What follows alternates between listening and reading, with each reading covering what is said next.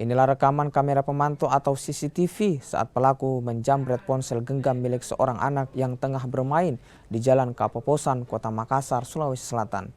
Rekaman ini jadi barang bukti sebelum akhirnya polisi menangkap pelaku di Kecamatan Bontoala, Kota Makassar. Dari catatan kepolisian, pelaku atas nama Rio ini sudah kerap kali beraksi dan menargetkan anak-anak.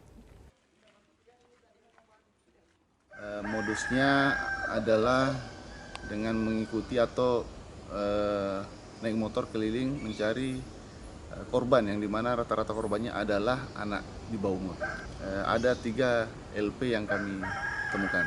Polrestabes Makassar ya? Ya, di wilayah Polrestabes Makassar. Oke, untuk barang bukti yang sempat diamankan? Barang bukti yang kami amankan yaitu motor yang digunakan untuk melakukan aksinya, kemudian ada handphone yang kami dapat. Untuk selanjutnya, Selanjutnya kami bawa ke Polrestabes untuk dilakukan